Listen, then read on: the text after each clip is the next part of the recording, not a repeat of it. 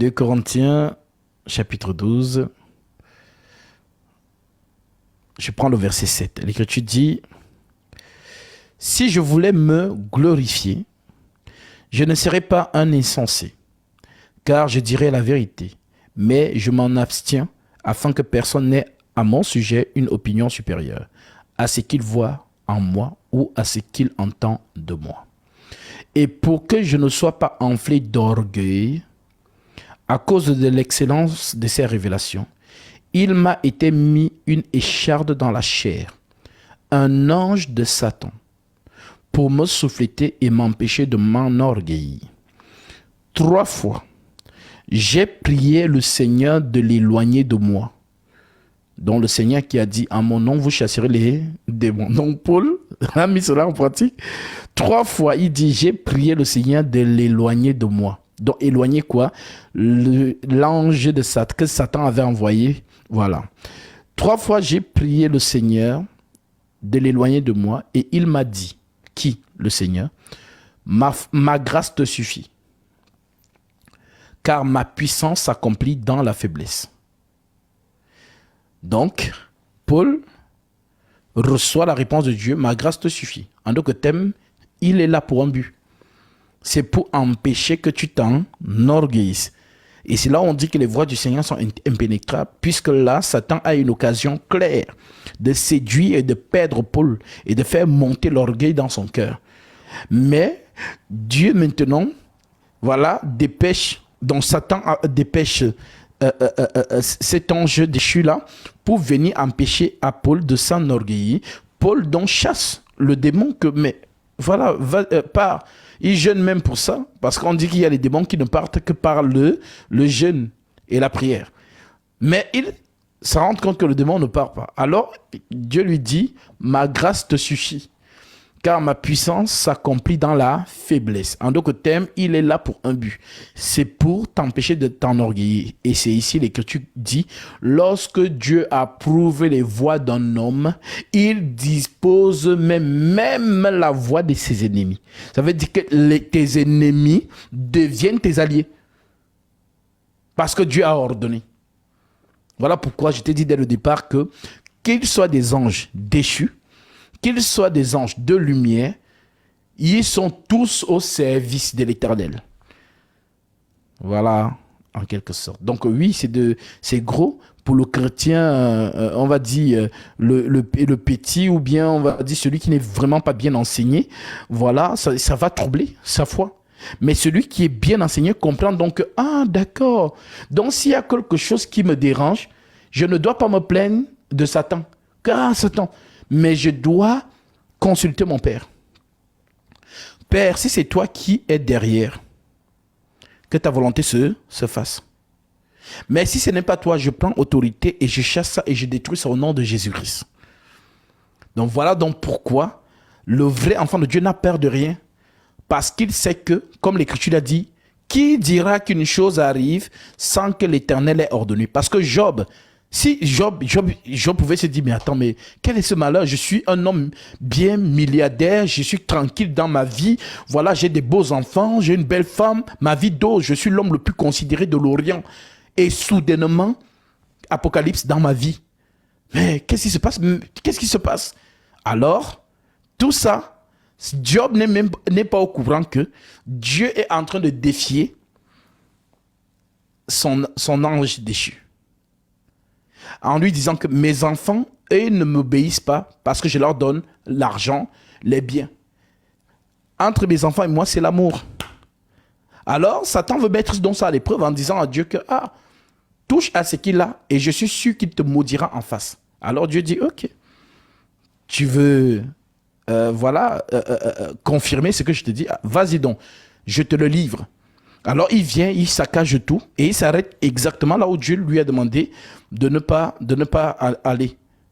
Il remonte en voyant que Job n'a pas, parce que quand il finit de faire cette apocalypse, c'est la première fois sur Job, on dit que, on va lire ça, ce dernier verset, Job 1, je prends le verset 20 directement. Alors Job se leva, déchira son manteau et se rasa la tête, puis se jetant par terre, il se prosterna et dit, je suis sorti nu du sein de ma mère, et nu je retournerai dans le sein de la terre. L'Éternel a donné, l'Éternel a repris, l'Éternel a donné, l'Éternel a repris. L'Éternel a ôté. Que le nom de l'Éternel soit béni. En tout cela, Job ne pécha point et n'attribua rien d'injuste à Dieu. Alors Satan est choqué. Mais j'ai tué ses enfants, il a perdu sa richesse, mais il est toujours obéissant à Dieu. Alors le même Satan remonte. Et quand il remonte, Dieu sait que non, il a échoué, il a compris. Quand il remonte au chapitre 2, or les fils de Dieu virent un jour se présenter devant l'Éternel, et Satan vint au milieu d'eux, se présentant devant l'Éternel. L'Éternel dit à Satan, d'où viens-tu? Et Satan répondit à l'Éternel de parcourir la terre et de m'y promener. L'Éternel dit à Satan, as-tu remarqué mon serviteur Job? Il n'y a personne comme lui sur la terre. C'est un homme intègre et droit, craignant Dieu et se détournant du mal. Il demeure ferme dans son intégrité et tu m'excites à le perdre. Donc, Satan excite Dieu à condamner Job, à le perdre. Tu m'excites à le perdre sans motif. En d'autres termes, Job n'a rien fait. Pourquoi tu veux que je le perde? Donc, Satan demande la condamnation de Job. Parce que c'est ça son rôle. C'est un procureur du ciel. C'est celui qui, il te surveille dès que tu tombes dans le péché. Il présente ton péché à Dieu. Dieu, tu avais dit, l'âme qui pêche, c'est celle qui mourra. Tu as encore dit que les fils de Dieu ne pêchent pas, ce sont les fils du diable qui pêchent. Regarde ce qu'il a fait. Il a péché. Voilà pourquoi on l'appelle l'accusateur de nos frères. Un accusateur, c'est qui? C'est un procureur. L'avocat des policiers, c'est un procureur. Quand les policiers attrapent quelqu'un qui a transgressé la loi dans la société, on écrit vite au procureur. Le procureur se présente devant le juge pour demander une sentence pour celui qui a transgressé la loi. C'est la même chose dans le ciel. Ça veut dire que Satan, c'est un avocat. Mais l'avocat des policiers. Donc, en d'autres termes, des démons. Parce que les démons vous poussent dans, les choses mauvaises. Et il vous attrape et il présente le péché à Dieu. Sauf que, lorsqu'il le fait, quand il se présente devant Dieu, Dieu lui-même est le juste juge de ce qu'il aime. Voilà donc pourquoi on dit qui accusera les élus de Dieu? Qui les condamnera? Christ est mort, bien puisqu'il est ressuscité, il est assis à la droite et il intercède pour nous. En d'autres termes, Dieu est le juge, le même Dieu est l'avocat de ses élus. Donc si Dieu est ton avocat, qui va te condamner? Donc voilà donc pourquoi ici donc il demande que Job soit condamné. L'Éternel dit à Satan, c'est un homme intègre et droit, craignant Dieu et se détournant du mal. Il demeure ferme dans son intégrité et tu m'excites à le perdre sans motif. Et Satan répondit à l'Éternel, peau pour peau. Tout ce que possède un homme, il le donne pour sa vie. Mais étends ta main, touche à ses os et à sa chair, et je suis sûr qu'il te maudit en face. L'Éternel dit à Satan, voici je te le livre, seulement épargne sa vie. Donc, 2 fois, il part et il échoue. Lorsqu'il a donc échoué, qu'est-ce qu'on dit? L'Éternel a restauré Job 2 fois plus. Parce que lorsqu'il vient, voilà, il finit de faire la deuxième chose qu'il est venu faire chez Job. Et Satan répondit à l'Éternel, ce qu'un homme possède, il le donne pour sa vie. Mais étends ta main, touche à sa chair, et à ses os et à sa chair, et je suis sûr qu'il te maudit en face. L'Éternel dit, voici, je te le livre, seulement épargne sa vie. Et Satan se retira de la face de l'Éternel. Puis il frappa Job d'un ulcère malin, une maladie, depuis la plante du pied jusqu'au sommet de la tête. Et Job prit un tesson pour se gratter et s'assit sur la cendre. Sa femme lui dit, donc Satan pénètre, donc il possède la femme de Job et vient parler au travers d'elle. Sa femme lui dit, tu demeures ferme dans ton intégrité? Maudit Dieu et meurs, parce qu'il veut que Job renonce.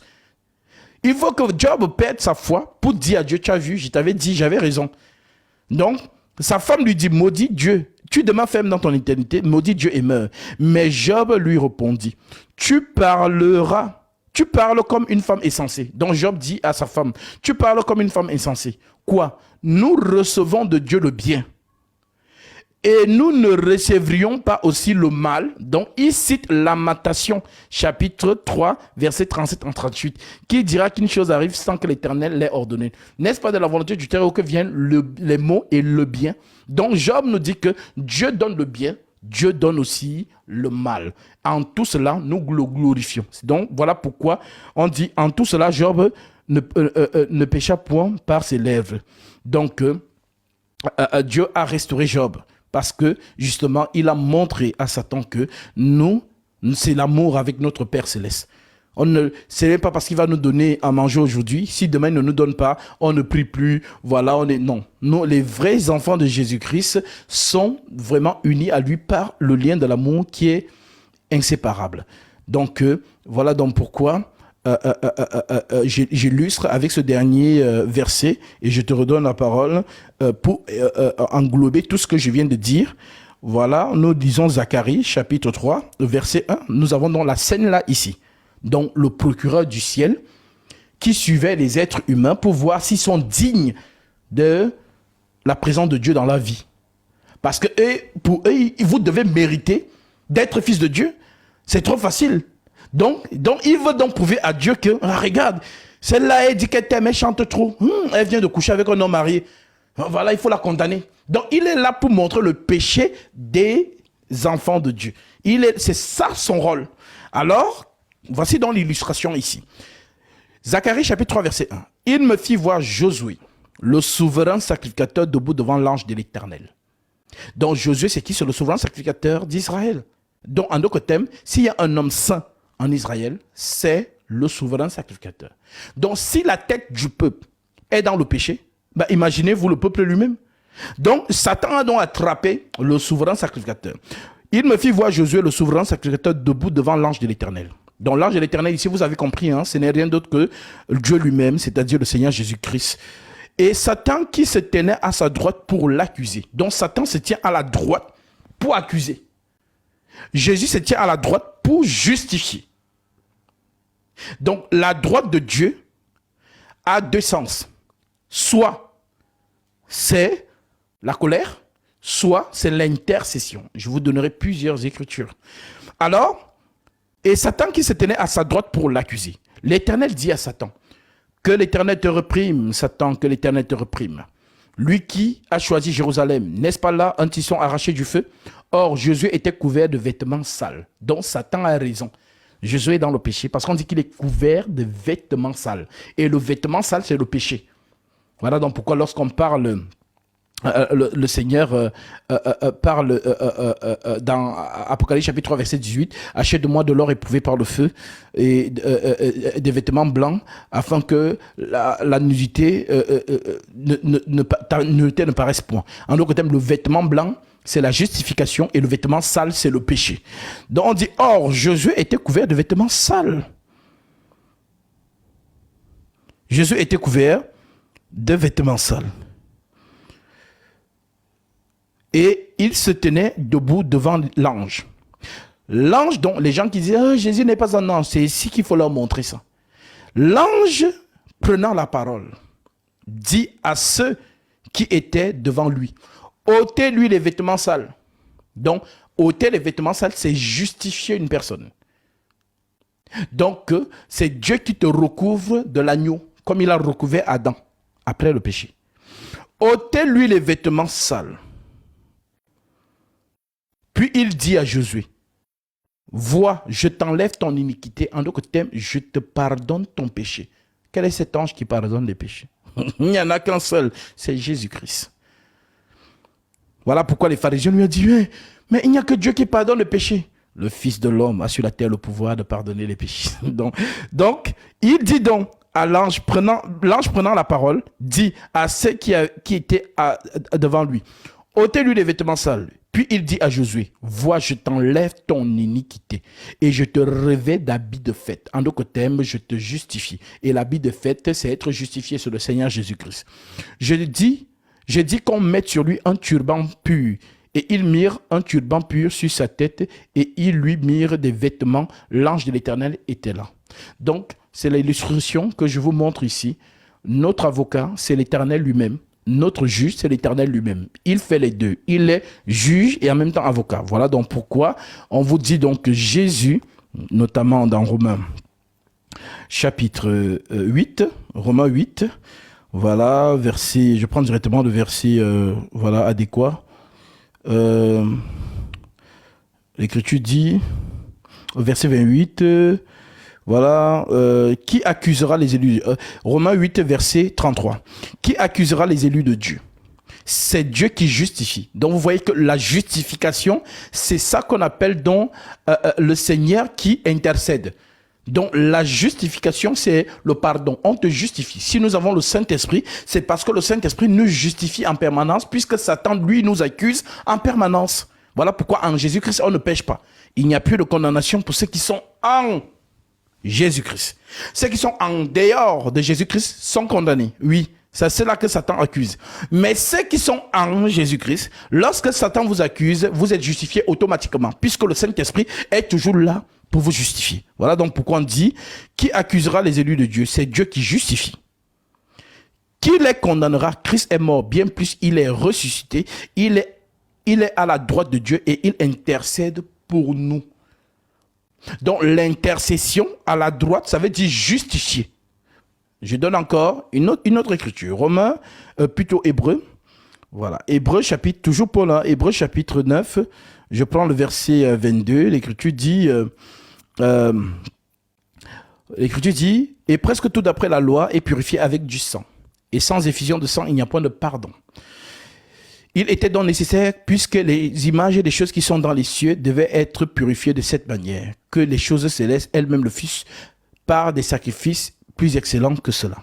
Car Christ n'est pas entré dans un sanctuaire fait de main d'homme, en imitation du véritable, mais il est entré dans le ciel même, afin de comparaître maintenant pour nous devant la face de Dieu. Donc être devant la face de Dieu, comparaître pour nous devant la face de Dieu, c'est nous justifier. C'est l'intercession. Et je donne un dernier verset pour remettre la parole à mon frère. Romains chapitre 8, verset 26. Pour vous montrer qu'il n'y a que Dieu seul qui juge, il n'y a que Dieu seul qui justifie. Voilà, Romains 8, verset 26. L'Écriture vous dit, si vous lisez en même temps que moi, vous allez voir. De même aussi, l'Esprit, donc Dieu, de même aussi, l'Esprit nous aide dans notre faiblesse. Car nous ne savons pas ce qu'il convient de demander dans nos prières. Mais l'Esprit lui-même intercède par les soupirs inexprimables. Et celui qui sonde les cœurs connaît quelle est la pensée de l'Esprit, parce que c'est selon Dieu qu'il intercède en faveur des saints.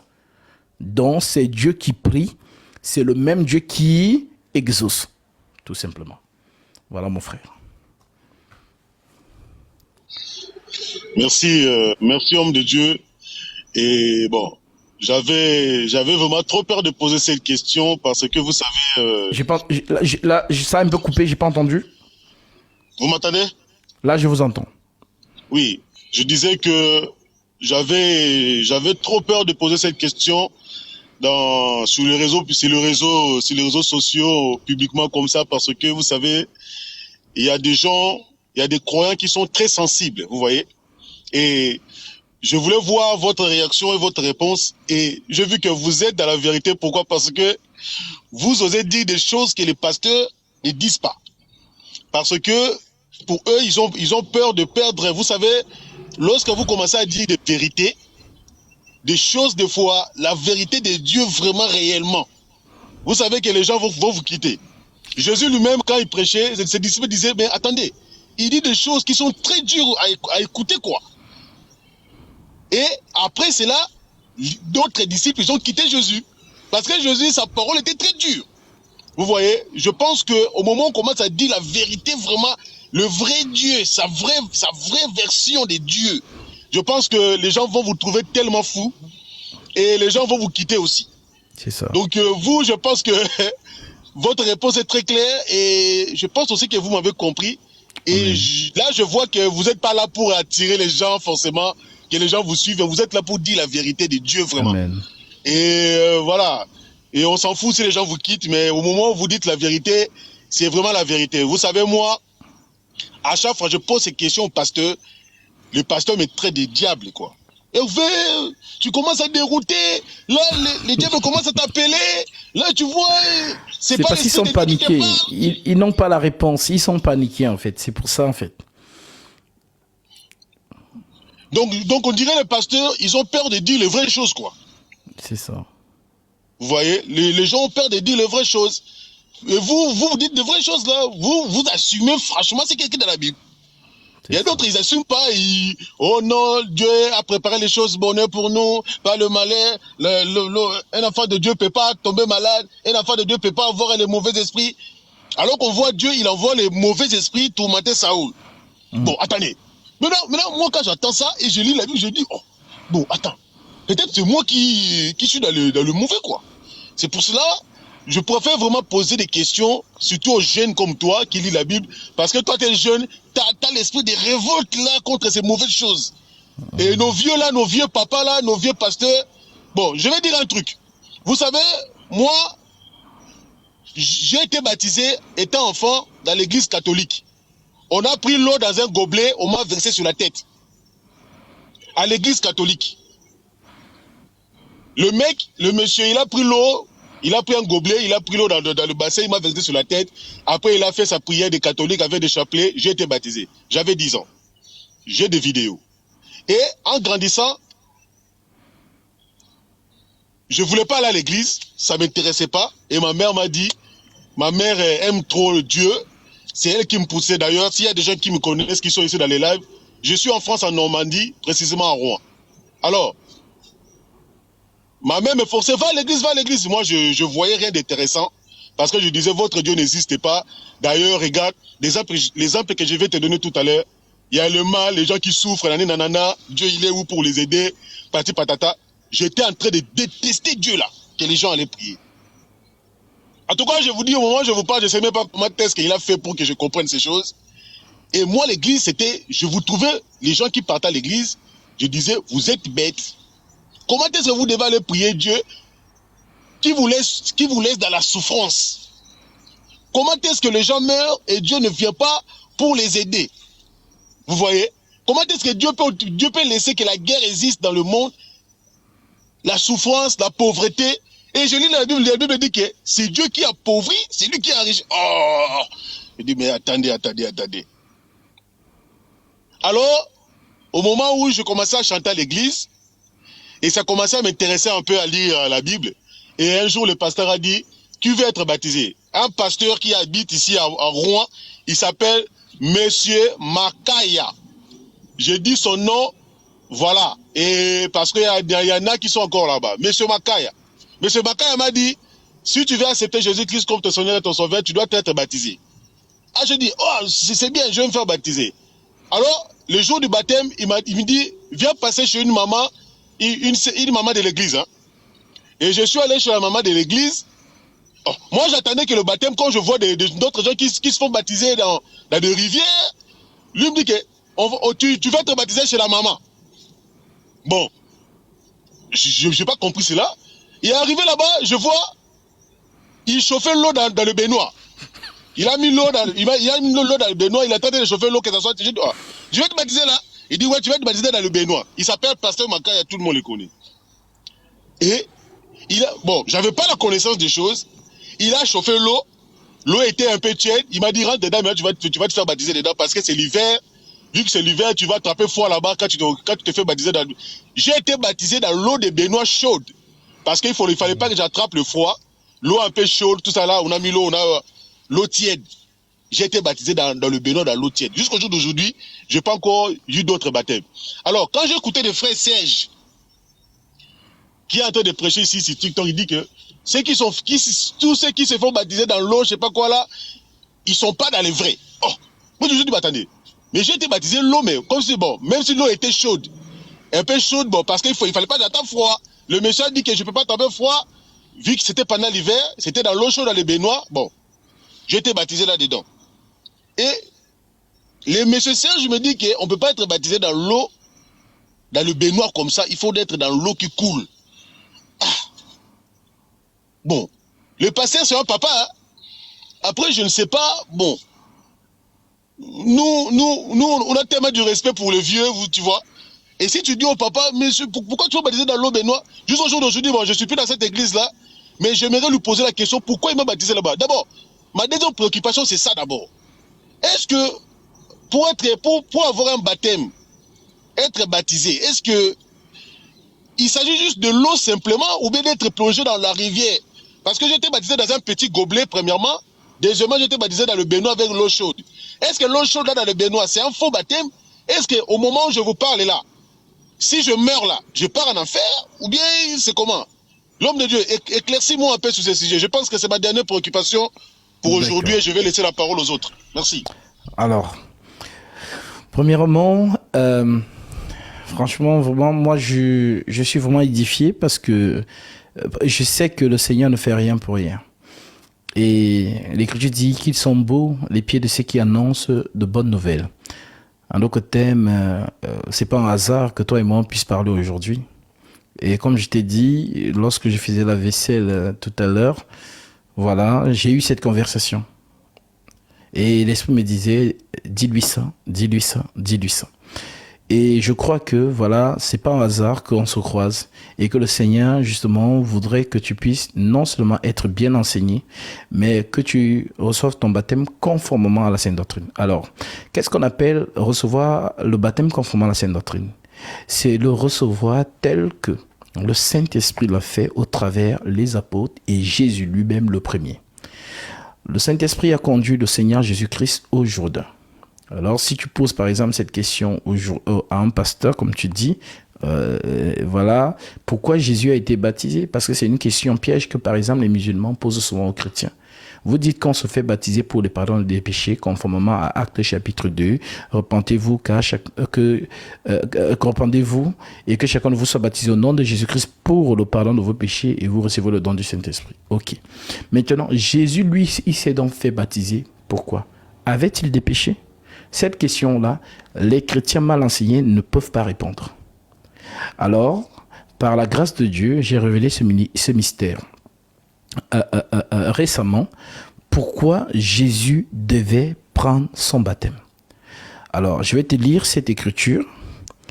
Pourquoi Jésus devait prendre son baptême? Nous sommes ici dans Lévitique, chapitre 16.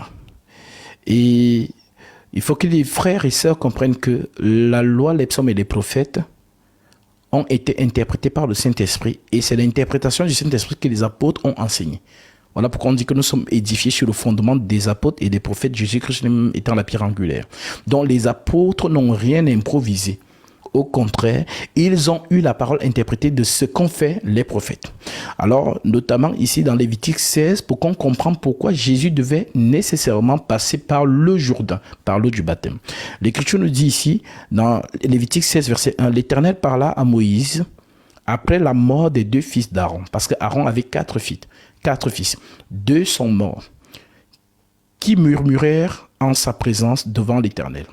L'Éternel dit à Moïse, parle à ton frère Aaron, parce que c'est Aaron qui a le sacerdoce, afin qu'il n'entre pas en tout temps dans le sanctuaire, au-dedans du voile, devant le propitiatoire qui est sur l'arche, de peur qu'il ne meure, car j'apparaîtrai dans la nuée sur le propitiatoire. Voici de quelle manière Aaron entrera dans le sanctuaire. Il prendra un jeune taureau pour le sacrifice d'expiation et un bélier pour l'holocauste.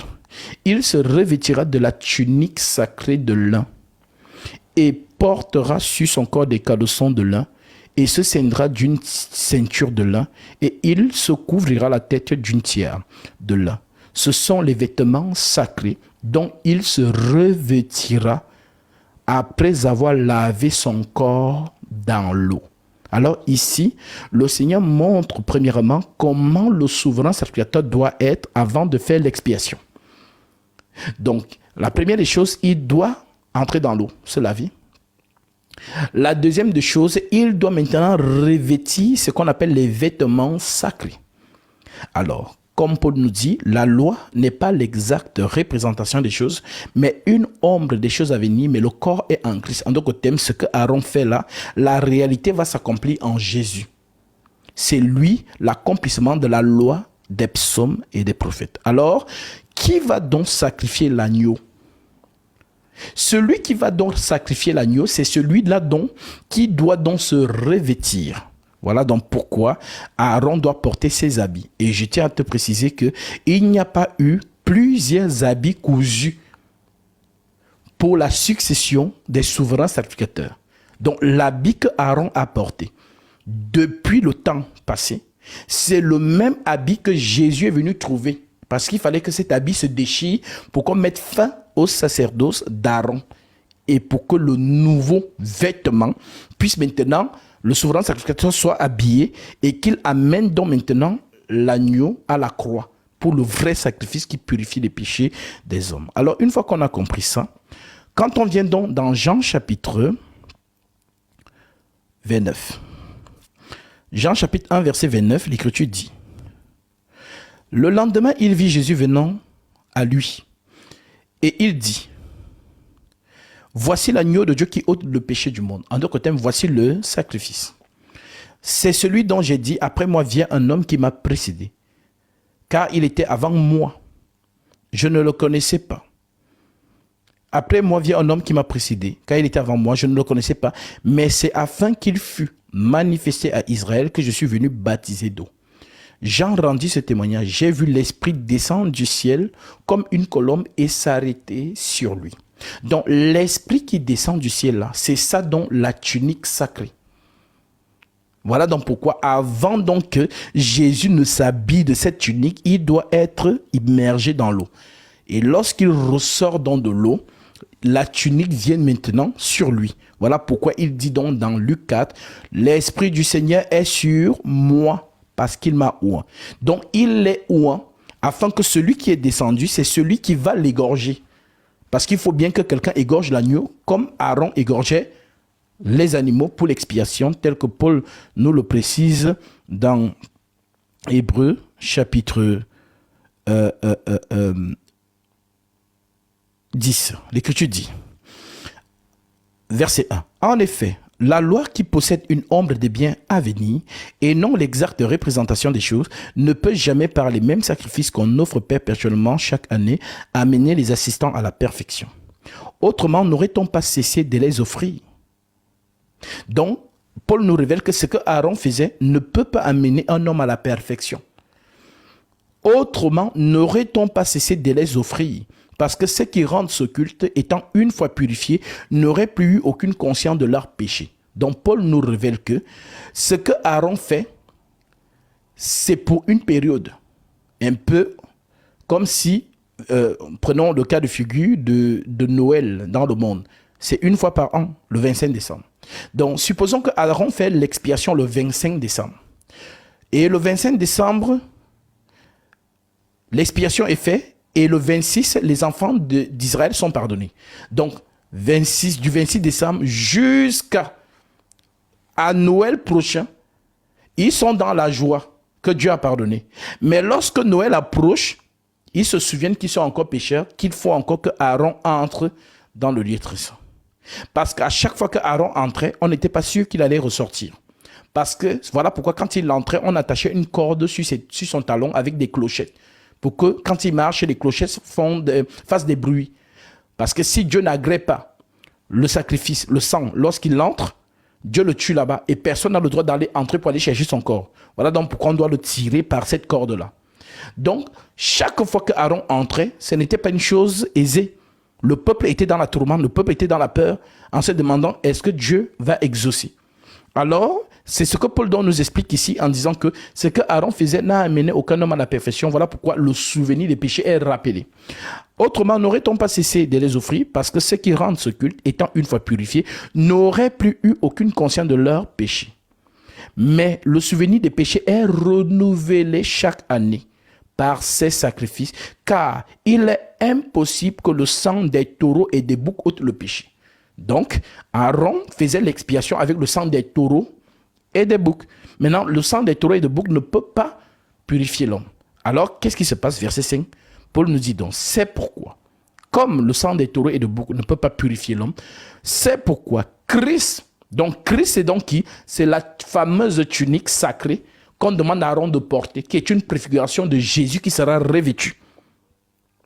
C'est pourquoi Christ, entrant dans le monde, dit, tu n'as voulu ni sacrifice, ni offrande, mais tu m'as formé un corps.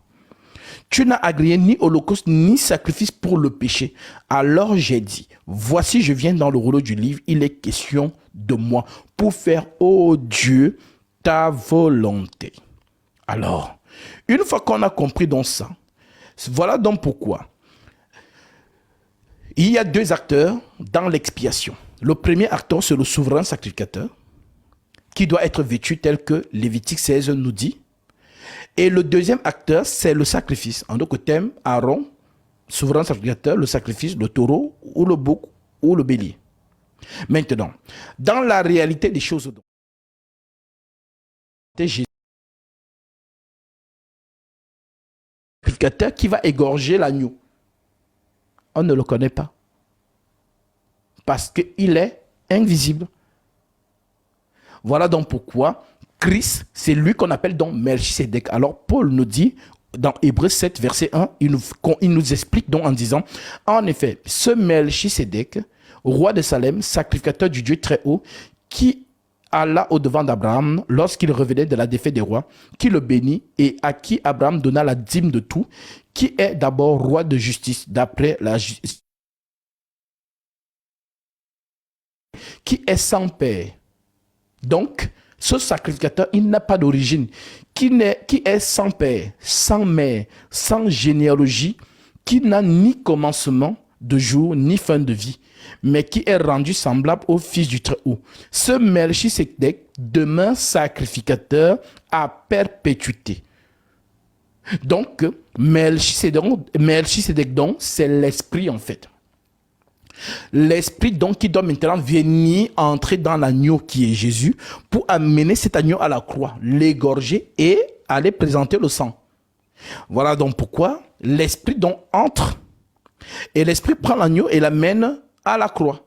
Lorsque l'esprit amène donc, avant que l'esprit n'amène l'agneau à la croix, il faut d'abord que le sacerdoce d'Aaron prenne fin. Parce que si le sacerdoce d'Aaron ne prend pas fin, l'esprit ne peut pas prendre le relais. Voilà donc pourquoi il va y avoir cette scène dans la Bible, Matthieu chapitre 26, verset 62. Matthieu 26, verset 62. Donc, il faut que la tunique d'Aaron soit déchirée.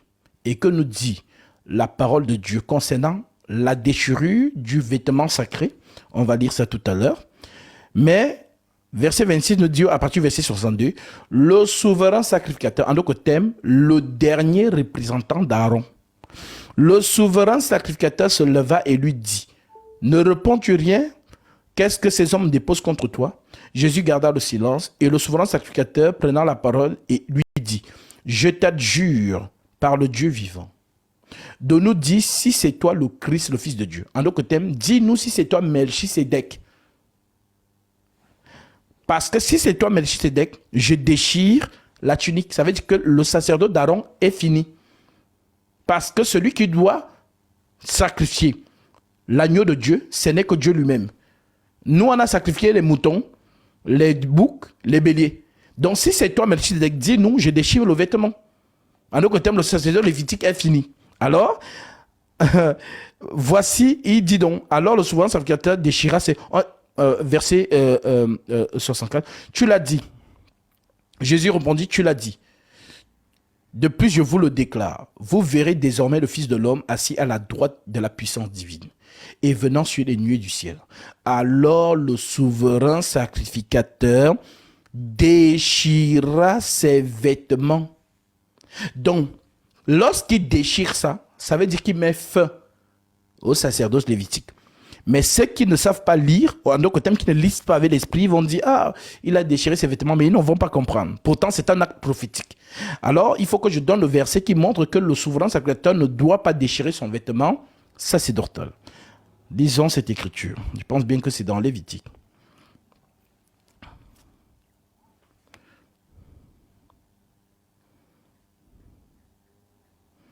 Alors,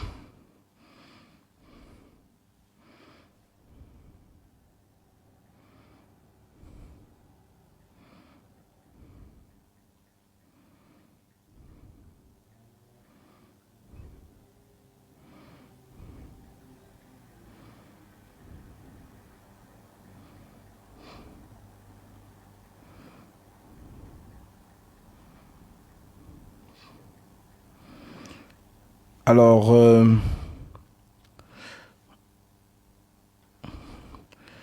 Lévitique 21. Je prends à partir du verset 10 pour la précision. Le sacrificateur qui a la supériorité sur ses frères, sur la tête duquel a été répandue l'huile d'onction, et qui a été consacré et revêtu des vêtements sacrés, ne découvrira point sa tête et ne déchirera point ses vêtements. Alors, Caïphe donc, qui est donc cette lignée, cette dernière lignée, doit donc rencontrer Melchisédek. Donc, depuis Aaron là-bas, jusqu'au dernier souverain sacrificateur, Melchisédek doit donc rencontrer Aaron, représenté par ici Caïphe. Alors, Caïphe pose donc la question, est-ce que c'est toi, Melchisédek? Parce qu'on t'attend depuis. Parce que le sacrifice qui doit être fait, ce n'est pas pour les hommes. C'est Dieu qui doit lui-même sacrifier. Alors, est-ce que c'est toi? Alors, Jésus répond que oui, c'est moi. Comme il reconnaît donc que c'est Jésus, il déchire donc le vêtement. Donc, le vêtement qui est donc déchiré, on prend donc l'agneau. Donc, le sacrificateur Melchisédek prend donc l'agneau, donc l'esprit, l'amène donc à la croix. Et une fois à la croix, il le sacrifie. Le sang est répandu et il sort donc de l'enveloppe. Voilà pourquoi Jésus s'exclame donc en disant, Père, Père, pourquoi m'as-tu abandonné? Oui, j'étais abandonné parce que tu es devenu péché. Donc lorsqu'il devient un avec le péché, la sainteté sort du corps. Voilà pourquoi lorsqu'il sort, l'Écriture nous dit quoi? Le rideau du temple se déchire en deux. Alors pourquoi il y a déchirure? Tout simplement parce que le rideau représente les chérubins dans le jardin d'Éden. Car lorsque Adam a péché, l'Éternel nous dit dans Genèse chapitre 3, au verset 21, parce que ceux qui lisent avec le cerveau, eux, ils voient le rideau. Mais ceux qui lisent avec l'esprit, ils voient les chérubins. En d'autres termes, la colère de Dieu. Parce que ce voile, c'est Dieu qui est en colère avec une épée. Voilà donc pourquoi, comme il a son épée, personne ne peut passer. Voilà pourquoi l'âne ne pouvait pas avancer devant l'ange de l'Éternel. Lorsque Balaam était sur l'arche, sur l'âne, l'âne va avancer, l'âne voit l'ange avec l'épée. C'est la colère.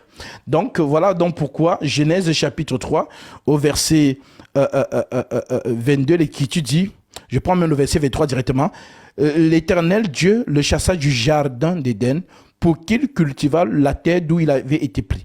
C'est ainsi qu'il chassa Adam et il mit à l'orient du jardin d'Éden les chérubins qui agitent une épée flamboyante pour garder le chemin de l'arbre de vie. Donc ces chérubins-là, en fait, c'est Dieu lui-même dans sa colère. Voilà donc pourquoi, lorsqu'on lit bien, écoute, cette écriture-là, même pour ceux qui n'ont jamais compris ça, Genèse 3, verset 24, c'est ce que vous retrouvez dans Apocalypse chapitre 5, verset 1 que je vais lire. Je répète, Genèse 3, verset 24. C'est ainsi qu'il chassa Adam.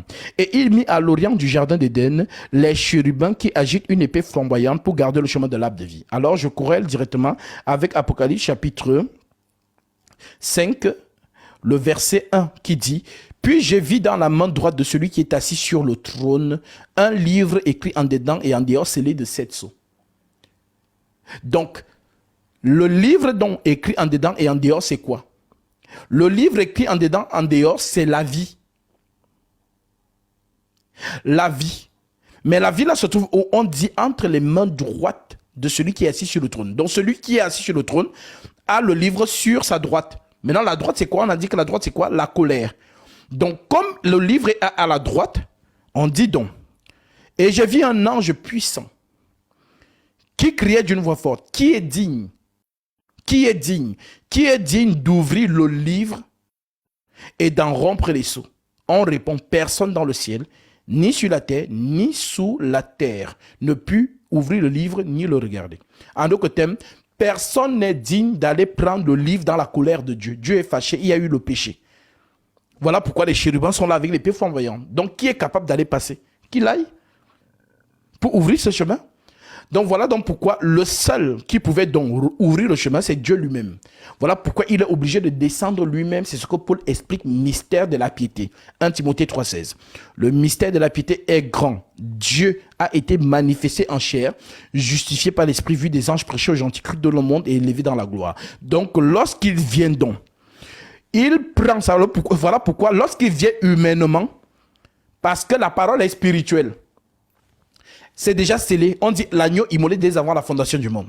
Maintenant, lorsque le même qui a dit que voilà, cela doit arriver, lorsqu'il devient donc homme, lui-même il panique. Parce qu'il réalise maintenant que, parce que les gens pensent que donc, comme Jésus est Dieu, il est mort en tant que Dieu, donc il a géré la douleur. Il a géré que non, c'est voilà, il est Dieu, donc il résiste à la douleur. Non. Il a subi la douleur là humainement. Voilà donc pourquoi lui maintenant, lorsqu'il réalise humainement le chemin, il panique donc. Et il prie en disant, s'il est possible que cette coupe s'éloigne de moi. Mais non, il n'est pas possible. C'est la volonté divine. Mais non ma volonté. Mais que ta volonté s'accomplisse.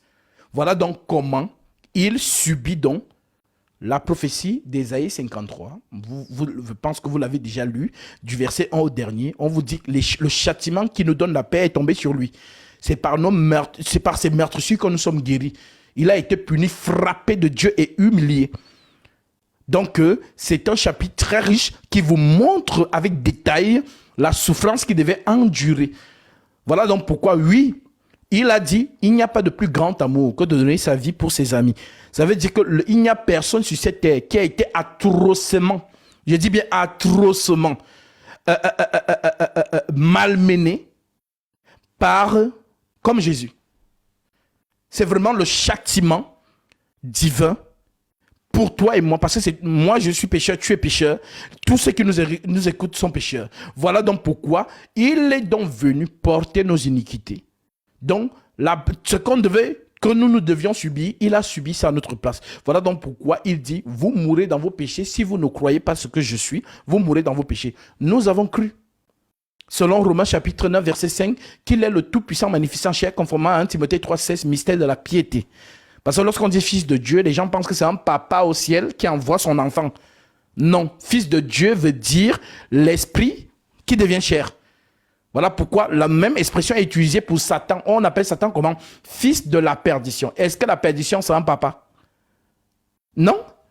Mais fils de la perdition veut dire l'esprit de Satan devient un homme. Et Jésus a prophétisé ça. Jean 5, 43. Je suis venu au nom de mon Père, vous ne me recevez pas. Si un autre vient en son propre nom, vous le recevrez. Donc, il y a donc deux mystères. Mystère de la piété, Dieu qui devient un homme. La vérité qui devient un homme. Et mystère de l'iniquité, Satan qui devient un homme. Le mensonge qui s'incarne. Parole faite chair, le mensonge fait chair. Donc, le mensonge s'incarne. C'est ce que Paul explique dans 2 Thessaloniciens, chapitre 2. Maintenant qu'on a donc compris ça, mon frère, c'est suite donc à ce détail que tu comprends donc la plénitude du mécanisme du salut. Comment est-ce que tu as été sauvé? Donc, pourquoi Dieu est obligé de devenir un homme? Tout simplement parce que pour le pardon des péchés, il y a une condition. C'est l'effusion de sang conformément à Hébreux chapitre 9. Voilà, Hébreux 9, je prends directement le verset 22. L'Écriture nous dit, Hébreux 9, verset 22, « Et presque tout d'après la loi est purifié avec du sang. Et sans effusion de sang, il n'y a point de pardon. » Alors, Jésus dit à la femme samaritaine, Dieu est esprit. L'esprit n'a ni chair ni os, comme Jésus lui-même le dit dans l'Écriture de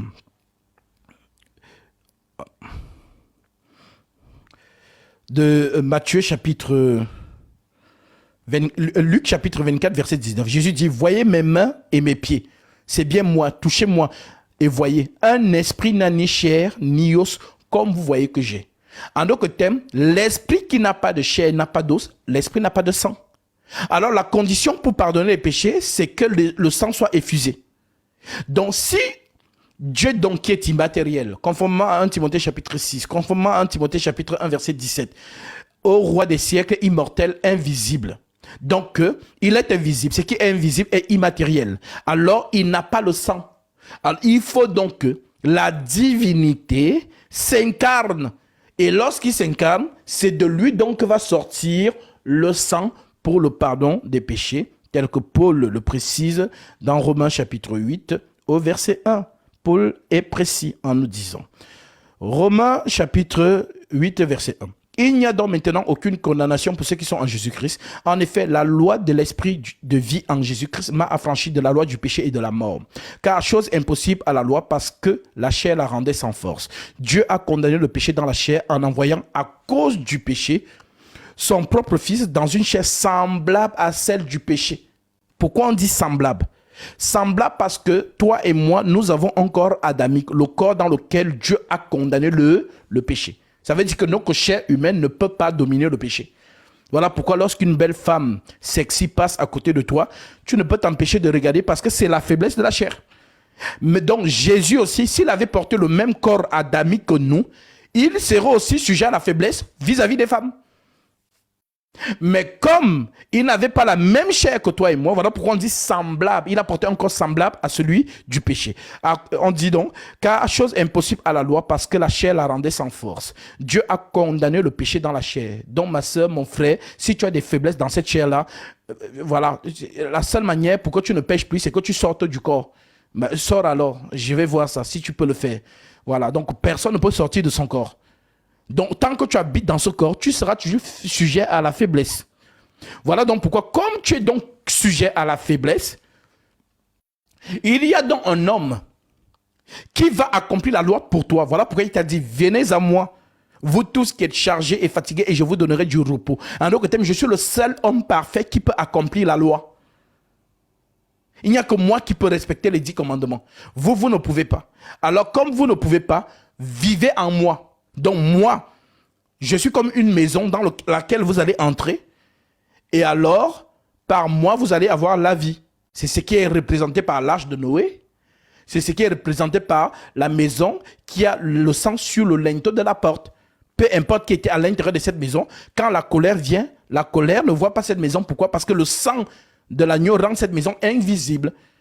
Quand le déluge descend sur la terre, ceux qui sont dans l'arche sont protégés parce que ils sont dans l'arche de Noé, qui sont des préfigurations de Jésus. Alors, si vous avez donc compris ça, car chose impossible à la loi, parce que la chair la rendait sans force. Dieu a condamné le péché dans la chair en envoyant à cause du péché son propre fils dans une chair semblable à celle du péché. Et cela afin que la justice de la loi fût accomplie en nous qui marchons non selon la chair. Donc nous ne marchons plus selon la chair, pourtant nous sommes dans des corps humains. Pourquoi Paul dit qu'on ne marche plus selon la chair? Parce que nous marchons dans une personne qui est Jésus. C'est lui qui a suivi le châtiment et c'est par lui que nous sommes pardonnés parce que nous avons cru et nous avons pris le baptême conformément à la sainte doctrine pour le pardon de nos péchés. Alors, et cela afin que la justice de la loi fût accomplie en nous qui marchons non selon la chair, mais selon l'esprit. Ceux, en effet, qui vivent selon la chair s'affectionnent aux choses de la chair, tandis que ceux qui vivent selon l'esprit s'affectionnent aux choses de l'esprit. Et l'affection de la chair, c'est la mort, tandis que l'affection de l'esprit, c'est la vie et la paix, car l'affection de la chair est inimitié contre Dieu, parce qu'elle ne se soumet pas à la loi de Dieu et qu'elle ne le peut même pas. Donc tu ne peux, vous êtes obligé juste de jouer les hypocrites. Quand on vous voit, oh sainte, oh saint, mais en réalité tu as des faiblesses. Donc justement, toi qui es en Jésus-Christ, tu ne pêches plus. Voilà pourquoi on parle donc du péché qui mène à la mort et du péché qui ne mène pas à la mort. 1 Jean chapitre 5 verset 16. Si quelqu'un voit son frère commettre un péché qui ne mène point à la mort, qu'il prie et Dieu donnera la vie à ce frère. Il la donnera à tous ceux qui commettent un péché qui ne mène point à la mort. Il y a un péché qui mène à la mort. Ce n'est pas pour ce péché que je dis de prier. Maintenant, quel est le péché qui mène à la mort? C'est ce que Jésus dit dans Jean 8, verset 24. C'est pourquoi vous mourrez dans vos péchés si vous ne croyez pas ce que je suis. Maintenant, croire qu'il est quoi? Romains 9, verset 2 à 5 nous dit que de qui est issu le patriarche et de qui est issu le Christ, qui est au-dessus de toutes choses, Dieu béni éternellement. Donc Jésus est le Dieu tout-puissant manifesté en chair pour le salut de quiconque croit. C'est ça qui fait en sorte que tu viennes prendre ton baptême et que tu ne sois plus sujet à la condamnation. Voilà pourquoi ceux qui sont en Jésus-Christ, il n'y a plus de condamnation. Ce verset n'est pas un slogan. Ce verset est une réalité. Il n'y a plus de condamnation pour ceux qui sont en Jésus-Christ. Maintenant, c'est quoi être en Jésus-Christ? C'est celui qui a cru, qui a pris son baptême conformément à la sainte doctrine et qui a reçu le Saint-Esprit. Celui-là est caché dans le Christ, dont la colère divine ne le voit pas. Voilà pourquoi l'Écriture dit « Heureux l'homme à qui le Seigneur ne se souvient plus des péchés ». Alors, les faux hommes de Dieu qui ne maîtrisent pas ces choses vous font peur, ils ne savent pas prêcher, et là, vous êtes dans l'inquiétude, et ainsi de suite. Que cette parole et cette prédication vous délivrent au nom de Jésus-Christ. Alors, Paul continue en disant au verset 6, « Et l'affection de la chair, c'est la mort, tandis que l'affection de l'esprit, c'est la vie et la paix. Car l'affection de la chair est inimitié contre Dieu, parce qu'elle ne se soumet pas à la loi de Dieu, et qu'elle ne le peut même pas. Or, ceux qui vivent selon la chair ne sauraient plaire à Dieu. Pour vous, justement, vous les croyants, pour vous, vous ne vivez pas selon la chair, mais selon l'esprit. Si du moins l'esprit de Dieu habite en vous, si quelqu'un n'a pas l'esprit de Christ, il ne lui appartient pas. Et si Christ est en vous, le corps, il est vrai, est mort à cause du péché. C'est merveilleux. Paul vous dit que vous êtes dans votre corps, mais ce corps est mort.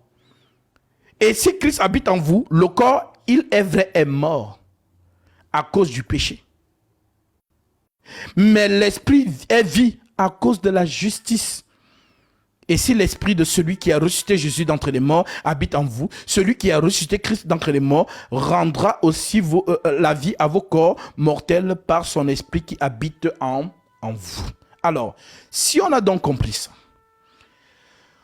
on comprendra donc que le mécanisme par lequel Dieu donc vient pour venir faire sortir le sang. Dans le rouleau du livre, il est question de moi. Alors, à quel moment il est venu? À quel moment? À quel instant T Marie est tombée enceinte? C'est là donc que vous comprenez les mouvements de Dieu. Qui est venu annoncer la naissance d'Isaac? C'est Dieu lui-même. Vous dites tous Amen, ça ne choque personne.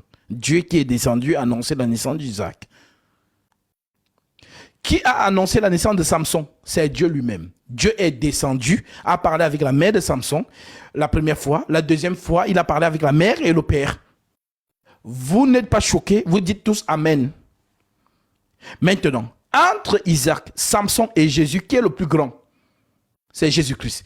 Et vous tous, en tout cas ceux qui sont dans ce live, en tout cas ceux qui me suivent, vous dites que Jésus est Dieu. Amen. Ah, ok. Maintenant, qui a annoncé la naissance de Dieu? Puisqu'il est plus grand que Samson, il est plus grand que Isaac. Alors pourquoi vous ne comprenez pas qui est Gabriel? C'est le nom qui vous a embrouillé. Voilà donc pourquoi. Quand les mages dans Matthieu 2, que je vais lire pour vous, parce que ce sont les choses que certaines personnes n'ont jamais captées. Matthieu 2, verset 1. Jésus étant né à Bethléem en Judée au temps du roi Hérode, voici les mages d'Orient arrivèrent à Jérusalem et dirent, où est le roi des Juifs qui vient de naître? Car nous avons vu son étoile en Orient et nous sommes venus pour l'adorer. Donc le roi qui vient de naître là a une étoile. Maintenant l'étoile, c'est l'étoile du sapin de Noël, ou c'est l'étoile, comme il est déjà 18h53, si vous regardez au ciel, vous allez voir des étoiles. Est-ce que ce sont des étoiles-là que les mages parlent? Non. Les mages, c'est l'occultisme. Dieu interdit la magie. Et Deutéronome 18, verset 9. Dieu interdit la magie, l'astrologie, la divination, ainsi de suite. Maintenant, l'astrologie, c'est la faculté de lire ce que vous appelez souvent les signes du zodiaque. Voilà donc pourquoi ce que les mages disent, où est le roi des Juifs qui vient de naître? Car nous avons vu son étoile en Orient et nous sommes venus pour l'adorer. En d'autres termes, cet enfant est une projection. Car c'est la lumière qui reflète l'ombre sur la terre. Vous tous là, lorsque vous vous placez sur le soleil, votre silhouette apparaît instantanément. Maintenant, lorsqu'on regarde ta silhouette et on te regarde, est-ce que c'est la même chose? Non. Lorsqu'on regarde ta silhouette, il n'y a pas de détail. On voit seulement une ombre, une image.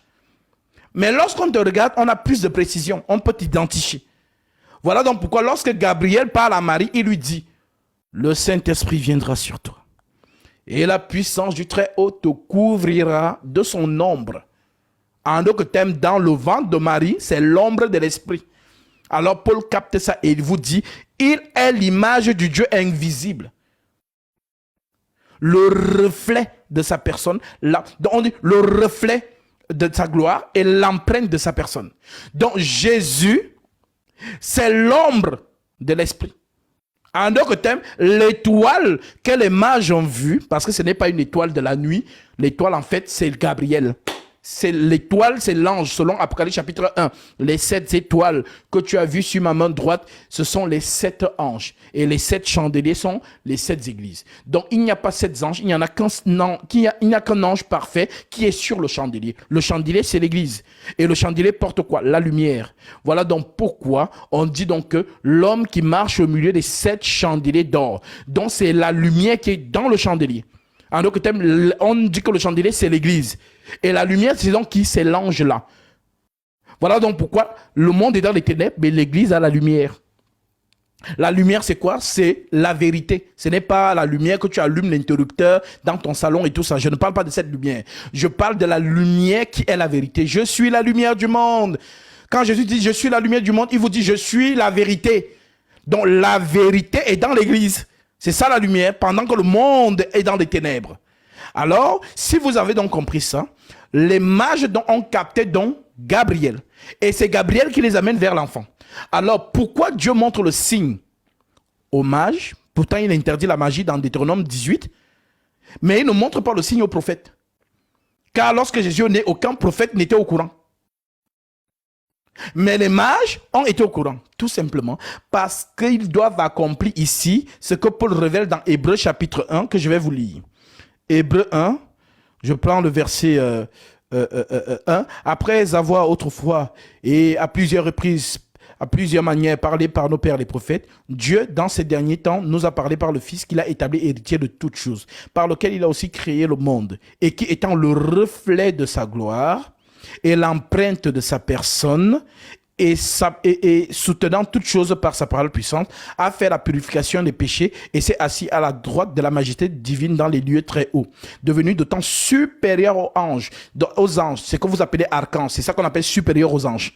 Archange, c'est un jeu de mots. Arc, ça veut dire chef. Ange, ce sont justement les anges.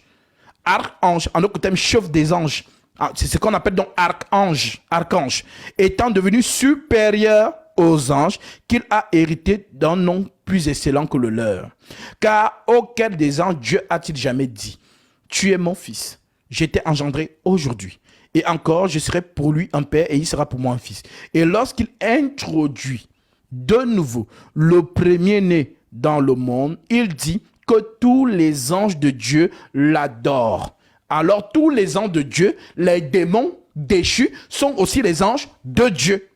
Voilà donc pourquoi le monde occultiste, dont les mages doivent se présenter par ces anges-là, justement, qui viennent à travers eux pour se prosterner devant cet enfant.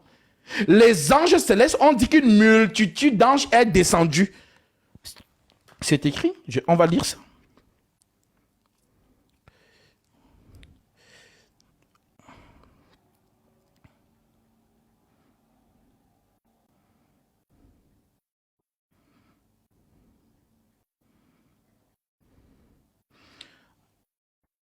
Alors, nous sommes ici dans l'écriture de Luc 2, verset 11. Mais l'ange leur dit, ne craignez point. Donc, je vais même bien lire ce chapitre, verset, prenons même à partir du verset 8. Voilà, il y avait dans cette même contrée des bergers qui paissaient dans les champs les veilles de la nuit, pour garder leur troupeau. Et voici un ange du Seigneur leur apparut, et la gloire du Seigneur resplendit autour d'eux. Donc le même ange qui apparaît aux mages, l'étoile qu'ils ont vue, c'est le même qui se présente aux bergers. Et voici un ange du Seigneur leur apparut et la gloire du Seigneur resplendit autour d'eux. Ils furent saisis d'une grande frayeur, mais l'ange leur dit, ne craignez point car je vous annonce une bonne nouvelle qui sera pour tout le peuple le sujet d'une grande joie. C'est qu'aujourd'hui dans la ville de David, il vous est né un sauveur qui est le Christ, le Seigneur. Et voici à quel signe vous le reconnaîtrez. Vous trouverez un enfant emmailloté couché dans une crèche. Et soudain, il se joignit à l'ange une multitude de l'armée céleste, louant Dieu et disant, gloire à Dieu dans les lieux très hauts et paix sur la terre parmi les hommes qu'il a agréés. Lorsque les anges leur eurent quitté, pour retourner au ciel, les bergers se dirigèrent les uns aux autres, allant jusqu'à Bethléem et voyant ce qui est arrivé et ce que le Seigneur nous a fait connaître. Ils y allaient en hâte et y trouvèrent Marie et Joseph et le petit enfant couché dans la crèche. En d'autres termes, vous voyez donc ici que, ça dit Hébreux chapitre 1, lorsqu'il introduit de nouveau le premier-né dans le monde, il dit que tous les anges de Dieu l'adorent. C'est donc ça qui se réalise là. Voilà donc pourquoi les mages étaient là. Voilà donc pourquoi les anges sont descendus du ciel. Les hommes, les animaux, tout le monde s'est prosterné devant cet enfant pour accomplir cette écriture. Donc, c'est ici, ce que vous devez comprendre, c'est que la lumière reflétée sur la terre, c'est cet enfant. L'enfant est l'ombre de l'étoile. Voilà donc pourquoi l'étoile n'a jamais quitté l'enfant. L'enfant a été toujours protégé par l'étoile. Lorsque Hérode décide de tuer cet enfant, l'étoile demande à Joseph de partir en Égypte. Lorsque Joseph lui-même décide de ne pas prendre Marie pour épouse, l'étoile dit à Joseph, ce que Marie t'a dit est vrai. Voilà donc pourquoi cet enfant devait être protégé par l'étoile. Parce que Satan, connaissant le tabernacle qui est descendu là, il ne veut pas que cet enfant atteigne l'âge de 30 ans.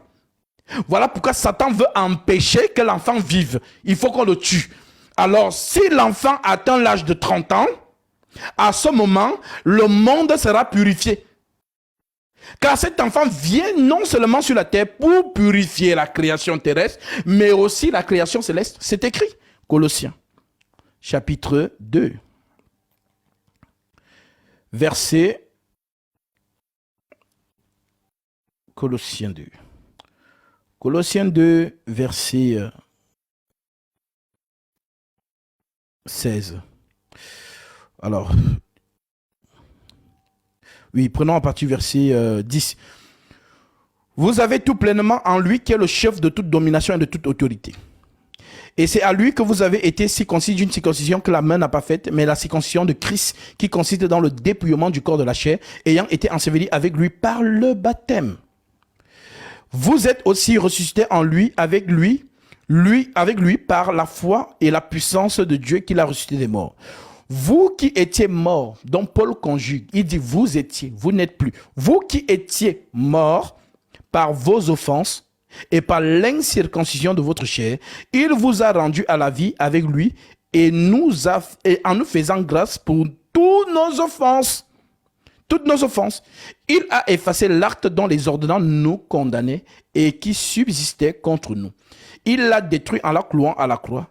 Il a dépouillé les dominations et les autorités et les a livrées publiquement en spectacle en triomphant d'elles par la croix.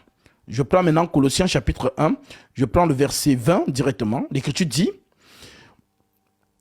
il a voulu par lui, prenons même à partir du verset 17, il est avant toute chose et toute chose subsiste en lui. Il est la tête du corps de l'Église. Il est le commencement, le premier-né d'entre les morts, afin d'être en tout le premier. Car Dieu a voulu que toute la plénitude habitât en lui. Il a voulu par lui réconcilier tout avec lui-même. Tant ce qui est sur la terre et ce qui est dans les cieux, en faisant la paix par lui, par le sang de sa croix. Donc, Jésus perché à la croix réconcilie la création terrestre et céleste. Parce qu'il y a eu des ordres là-bas. N'oubliez pas. Il y a eu souillure là-bas. Il y a eu une guerre là-bas. Donc, Dieu s'est séparé de sa création. Maintenant, par Jésus, il se réconcilie. Voilà pourquoi la réconciliation, c'est le sacerdoce. Alors, Jacob a eu combien d'enfants? 12 enfants. 12 fils. 13 même. La 13e s'appelle Dina, une fille. Mais les garçons ici, c'est sur eux que la prophétie marche. Qui était le 3e fils de Jacob? Lévi. Quand Lévi est né, sa mère a dit quoi? Quelles sont les paroles que sa mère a prononcées? Celui-ci me rattachera à mon mari. Donc Lévi, le 3e, le chiffre 3, c'est le chiffre du sacerdoce, le service. Voilà pourquoi Dieu choisit cet enfant pour réconcilier Israël avec lui. Voilà pourquoi les Lévis ont le sacerdoce. C'est lui qui fait la réconciliation. Donc, voilà donc pourquoi l'enfant là aussi, c'est-à-dire Jésus, c'est le chiffre 3 qui doit venir réconcilier la création avec lui-même. Voilà pourquoi Paul vous écrit ça ici, car Dieu a voulu que toute la plénitude habitant en lui, il a voulu par lui réconcilier tout avec lui-même. Tant ce qui est sur la terre et ce qui est dans les cieux, en faisant la paix par lui, par le sang de sa croix. Donc le sang apaise la colère de Dieu et se réconcilie avec sa création. Voilà pourquoi même la création sera purifiée. On dit que la terre attend avec un ardent désir la révélation des fils de Dieu. La terre aussi, le péché a imprégné la terre. Les arbres ont commencé à avoir des épines qui sortaient. C'est la malédiction. Le lion a commencé à manger l'agneau. Avant, il n'y avait pas ça. Le lion et l'agneau étaient dans le même endroit, tranquillement. Là où il n'y a pas le péché, tout est harmonieux. C'est après le péché que ce désordre a commencé.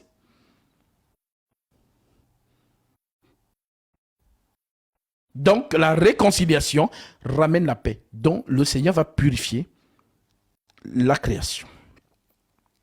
Voilà donc pourquoi. Si vous avez donc compris ça, le mécanisme par lequel cet enfant vient, ça va très vite. Ça va vraiment très vite. Alors, mon frère, le baptême donc. Pourquoi donc nous baptisons dans une source d'eau naturelle? Je t'ai expliqué pourquoi déjà, premièrement, Jésus s'est baptisé. L'Esprit le conduit au Jourdain et non à la piscine de Bethesda. Malgré que cette piscine même était alimentée par le Jourdain directement.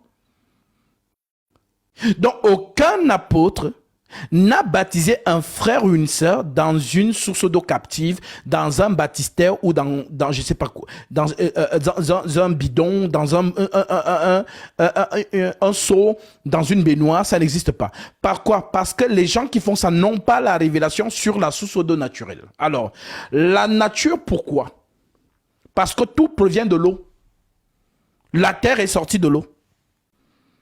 Genèse 1.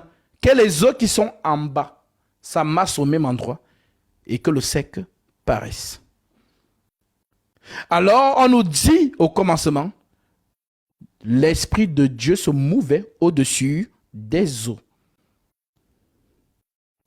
C'est ce que le Seigneur nous explique avec Nicodème. Jean chapitre 3, nous allons comprendre quelque chose là-bas parce que Jésus le renvoie dans Genèse 1.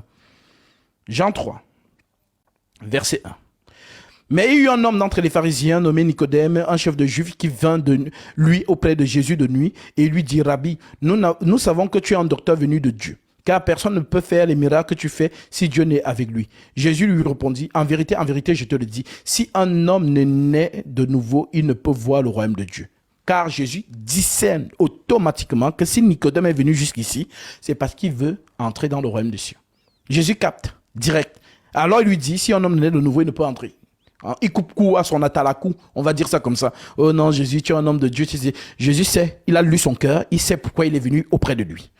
Maintenant, en vérité, je te le dis, si un homme ne naît de nouveau, il ne peut voir le royaume de Dieu. Nicodème lui dit, comment un homme peut-il naître quand il est vieux? Peut-il rentrer dans le sein de sa mère et naître?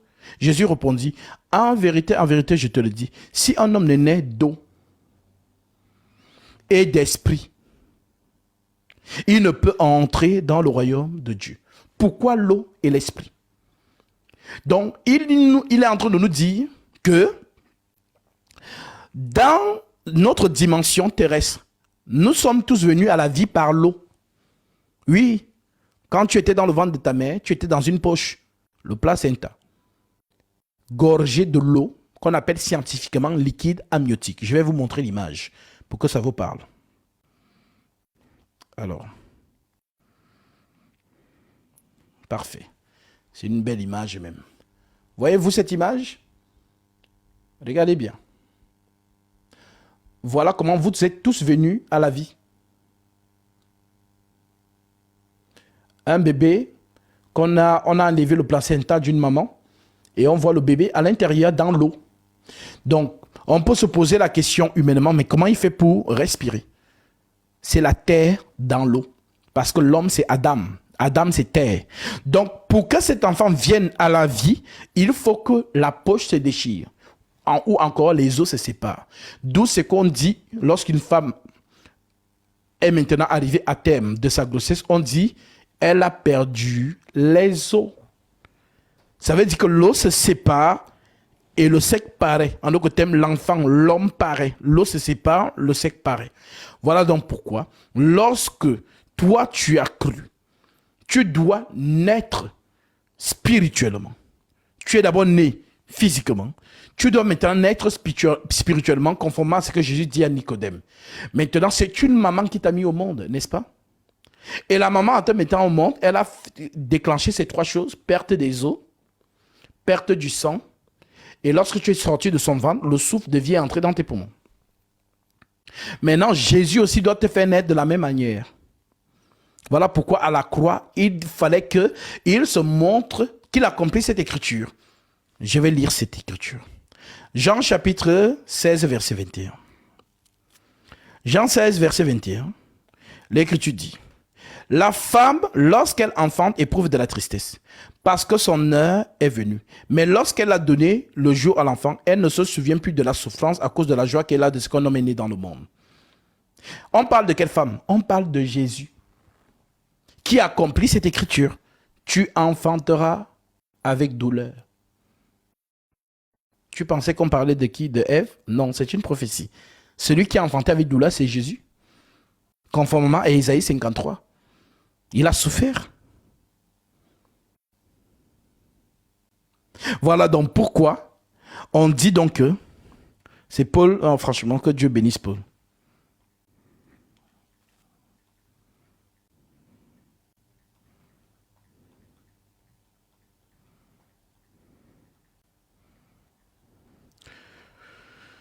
Paul nous dit dans 1 Jean,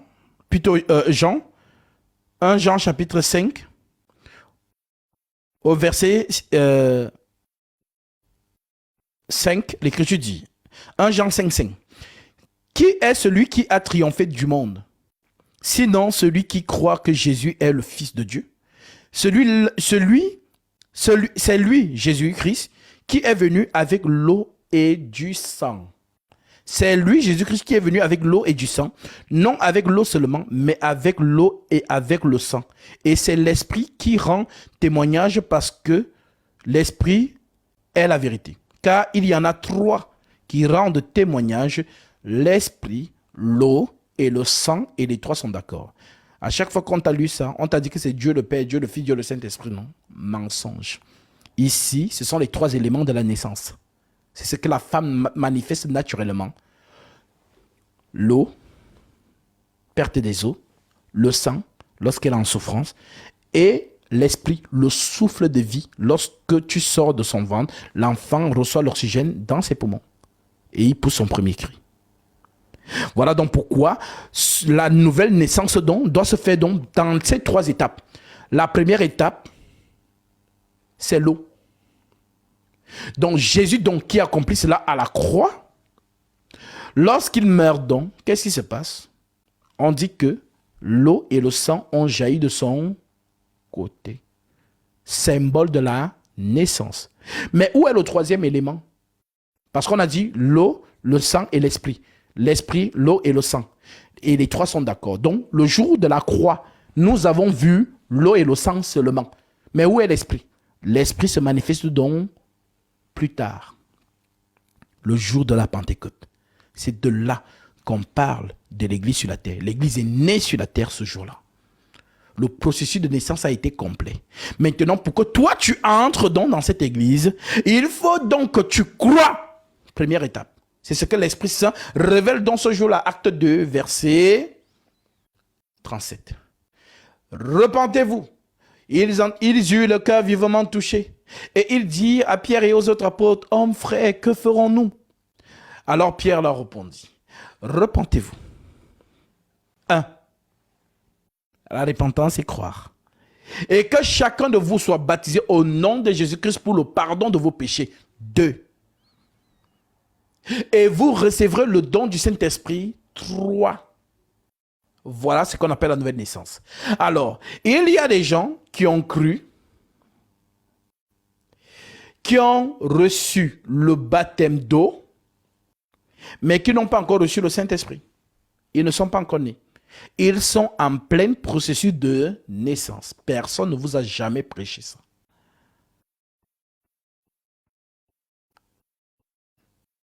Maintenant, illustrons cela pour confirmer ce que je dis.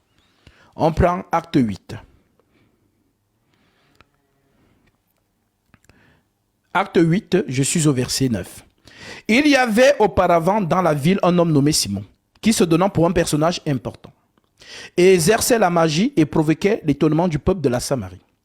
Tous, depuis le plus petit jusqu'au plus grand, l'écoutaient attentivement et disaient, « Celui-ci est la puissance de Dieu, celle qui s'appelle la grande. » Il écoutait attentivement parce qu'il les avait longtemps étonnés par ses actes de magie. Mais quand il eut cru à Philippe, vrai disciple du Christ, qui leur annonçait la bonne nouvelle du royaume de Dieu et du nom de Jésus-Christ, hommes et femmes se firent baptiser. Première étape. Deuxième étape.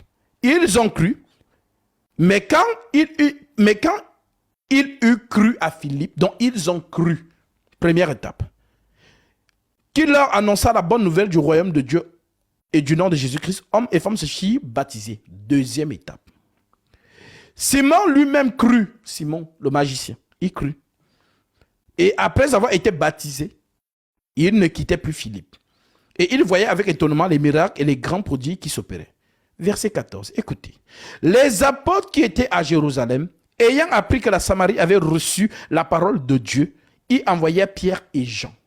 Ceux-ci arrivèrent chez les Samaritains, prièrent pour eux, afin qu'ils reçussent la troisième étape, le Saint-Esprit. Car il n'était encore descendu sur aucun d'eux. Ils avaient seulement été baptisés au nom du Seigneur Jésus. Donc Philippe arrive, il prêche la parole.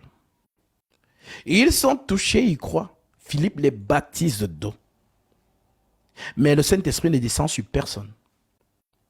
Donc ils ne sont pas encore nés. Ils étaient encore en pleine processus de naissance. Alors on pourrait se poser la question, pourquoi Philippe ne leur a pas imposé les mains lorsqu'il a constaté que le Saint-Esprit n'est pas descendu sur eux? Tout simplement parce qu'un disciple n'a pas le droit.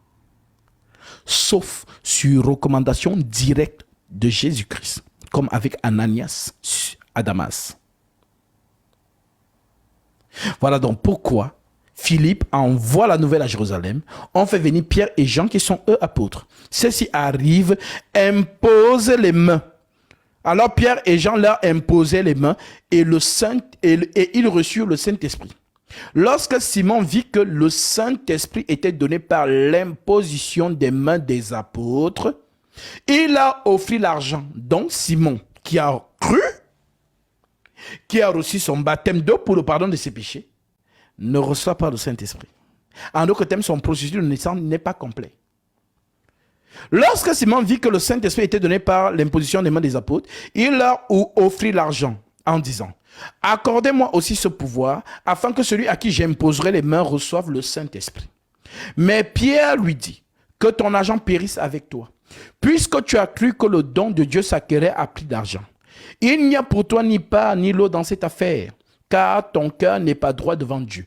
Repends-toi donc de ta méchanceté et prie le Seigneur pour que la pensée de ton cœur te soit pardonnée, s'il est possible. C'est pas possible. Car, écoutez, je vois que tu es dans un ciel amer, dans les liens de l'iniquité. Quelqu'un qui vient de croire et qui vient d'être baptisé. Le Saint-Esprit révèle son état. Imaginez-vous Philippe devant cette scène. Philippe a dit, mais attends, mais j'ai prêché, il a cru. Mais je l'ai baptisé. Comment ça, il est dans un ciel amer, dans les liens de l'iniquité. En d'autres termes, c'est un fils de la perdition. Voilà pourquoi le processus de naissance ne s'est pas accompli en lui. Seuls les enfants de Dieu reçoivent le processus. Les trois choses, l'esprit, l'eau et le sang. Donc vous êtes nombreux. Vous n'avez pas reçu le vrai baptême. Alors si l'esprit vous parle, précipitez-vous. Donc mon frère, maintenant je t'explique pourquoi l'eau naturelle.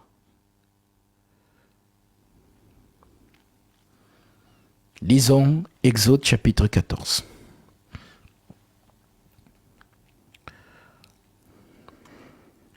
Exode 14. Je prends directement le verset 14.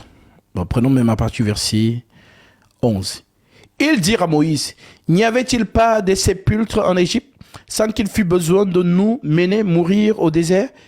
Que nous as-tu fait en nous faisant sortir d'Égypte? N'est-ce pas là ce que nous te disions en Égypte? Laisse-nous servir les Égyptiens, car nous aimons mieux servir les Égyptiens que de mourir au désert. Moïse répondit au peuple, ne craignez rien, restez en place et regardez la délivrance que l'Éternel va vous accorder en ce jour. Car les Égyptiens que vous voyez aujourd'hui, vous ne les verrez plus jamais. L'Éternel combattra pour vous et vous garderez le silence. L'Éternel dit à Moïse, pourquoi ce cri? Parle aux enfants d'Israël et qu'ils marchent. Toi, lève ta verge et étends ta main sur la mer et fends-la. Et les enfants d'Israël entreront au milieu de la mer à sec. Et moi, je vais endurcir le cœur des Égyptiens pour qu'ils y entrent avec eux. Et Pharaon et toute son armée, ses chars et ses cavaliers feront éclater ma gloire. Et les Égyptiens sauront que je suis l'Éternel, car Pharaon, ses chars et ses cavaliers auront fait éclater ma gloire. L'ange de Dieu qui allait au-devant du camp d'Israël partit à la derrière, et la colonne de nuée qui les précédait partit se tint derrière eux. Elle se plaça entre le camp des Égyptiens et le camp d'Israël. Cette nuée était ténébreuse d'un côté et lumineuse de l'autre. Elle éclairait la nuit et les deux camps n'approchaient point l'un de l'autre pendant toute la nuit. Moïse étendit sa main sur la mer et l'Éternel refoula la mer. Un vent d'Orient qui souffla avec impétuosité toute la nuit. Il mit la mer à sec et les eaux se fendirent. Les enfants d'Israël entrèrent au milieu de la mer à sec. Les eaux formèrent comme une muraille à leur droite et à leur gauche. Et les Égyptiens les poursuivirent. Et tous les chevaux de Pharaon, ses chars, ses cavaliers entrèrent avec eux au milieu de la mer. À la veille du matin, l'Éternel de la colonne de feu et de nuée regarda le camp des Égyptiens et mit en désordre le camp des Égyptiens. Il ôta les roues de leurs chars et en rendit la marche difficile. Les Égyptiens dirent alors, fuyons devant Israël, car l'Éternel combat pour eux contre les Égyptiens.